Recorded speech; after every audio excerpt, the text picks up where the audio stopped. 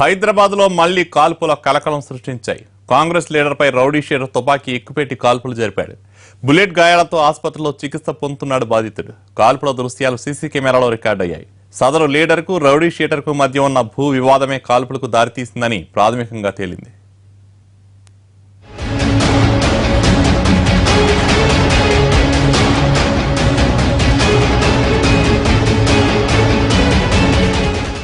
స్థలం హైదరాబాద్ ఆల్వాల్లోని మల్లికార్జున్ నగర్.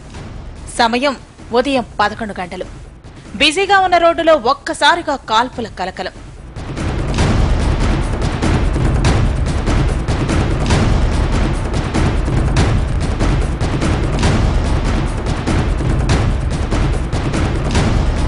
స్థానికంగా నివసించే కాంగ్రెస్ నేత యాదగిరి ఉదయం 11 గంటలకు ఇంట్లో నుంచి బైక్పై బయటకు బయలుదేరాడు.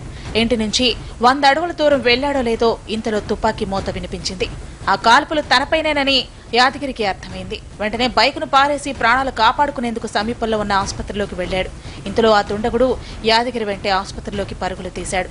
దీంతో యాదగిరి ఆసుపత్రి నుంచి బయటకు వచ్చి గోడ దూకి పారిపోయేందుకు ప్రయత్నించాడు. గేట్లోంచి రోడ్డుపైకి పరుగులు పెట్టాడు. దుండగుడు కూడా యాదగిరి వెంటపడుతూ కాల్పులు కొనసాగించాడు. కొన్ని క్షణాల పెనుగులాట జరిగింది.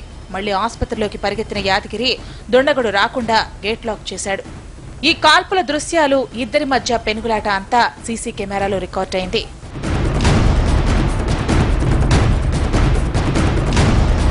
యాదగిరిపై కాల్పులు జరపడం ఇక సాధ్యం కాకపోవడంతో దుండగుడు తుపాకీ అక్కడే పారేసి పారిపోయాడు. వెంటనే యాదగిరి బుల్లెట్ గాయాలతోనే బోయిన్పల్లి పోలీస్ స్టేషన్ కు వెళ్లి ఫిర్యాదు చేశాడు. పోలీసులు యాదగిరిని ఆసుపత్రికి తరలించారు. యాదగిరి శరీరంలో బుల్లెట్లు దిగలేదని, మెడ తలభాగంలో గాయాలయ్యాయని, ఆరోగ్యం నిలకడగా ఉందని ధృవీకరించారు వైద్యులు. పోలీస్ కమిషనర్ హుటాహుటిన ఘటనా స్థలానికి చేరుకున్నారు. క్లూస్ టీం సాయంతో ఆధారాలు సేకరించారు. కాల్పులు జరిపింది ఎవరా అని ఆరా తీస్తే రౌడీ షీటర్ బాబు అని తేలింది.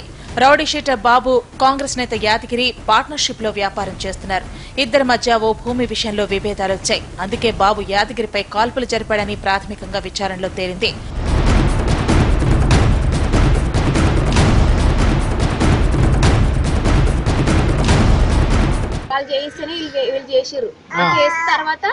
ఇవన్నీ అయినాక వీళ్ళు మొత్తం ఇప్పుడు కాల్పులు జరిగినాయని వీళ్ళు భార్య ఇంటికి తీసుకుపోయారు. ఇప్పుడు ఏడ ఉన్న బతకనిసలేరు, ఏం చేయనిసలేరు, ఎట్లా చేయాలో అర్థమైతలేదు. ఇప్పుడు ఎక్కడ పోవాలి మేము, ఏడు ఆయన జీవితం మొత్తం ఖరాబ్ చేసింది వీళ్ళు. ఆయనకి ఏమి ఇస్తానో తెలియదు, నీకు ఇల్లు కట్టిస్తానో తెలియదు, పైసలు ఇస్తానో తెలియదు, ఇచ్చిండో ఇయ్యలేదో మాకు తెలియదు. ఇప్పుడు ఆయన మీద మాకు కూడా ఏం పగలేవు, ఆయన కూడా లేకుండే. ఇప్పుడు అయినాక మేమే పరిచయం అవుతున్నాం అంతే. పట్టపగలు జరిగిన ఈ కాల్పులు హైదరాబాద్ లో కలకలం రేపాయి. ఆల్వాల్లో ఫైరింగ్ జరిగిందన్న వార్త ఉలిక్కి పడేలా చేసింది. తుపాకీ మోతతో స్థానికులు భయాందోళనకు గురయ్యారు. వీళ్ళిద్దరూ ఈ ల్యాండ్ ఇష్యూ గురించి ఎన్నిసార్లు కలవడం జరిగింది. ఈ ప్రాసెస్లో ఈ అటాక్ జరగడము, అతను తప్పించుకోవడము, ఈ విషయాలన్నీ కూడా పరిశోధనలో ఉన్నవి. ఇక్కడ ఉన్నటువంటి ఫుటేజెస్ మనం చూసినట్లయితే దాంట్లో మనకు తెలుస్తున్నది ఒక నేరస్తుడు పార్టిసిపేట్ చేసినట్లు. అయితే డెఫినెట్గా అతను బైక్ పైన వచ్చి ఉంటాడని మేము అనుమానిస్తున్నాం. బైక్ లిఫ్ట్ ఇవ్వడానికి ఇంకొకరు కూడా ఉండే అవకాశం ఉంది అని చెప్పేసి. 2 రోజుల క్రితం ఆల్వాల్ ప్రాంతంలోనే కాల్పులు కలకలం రేపాయి. ఇప్పుడు అదే ప్రాంతంలో పట్టపగలు కాంగ్రెస్ లీడర్ పై ఫైరింగ్ తో సంచలనంగా మారింది. వరుస ఘటనలు చూస్తుంటే హైదరాబాద్ లో ఎప్పుడు ఎక్కడ తుపాకీ పేలుతుందోనన్న టెన్షన్ నెలకొంది. చిన్న చిన్న గొడవల నుంచి రియల్ వివాదాల వరకు అన్ని చోట్ల గన్ పేలుతుండడం కలవరపరుస్తోంది.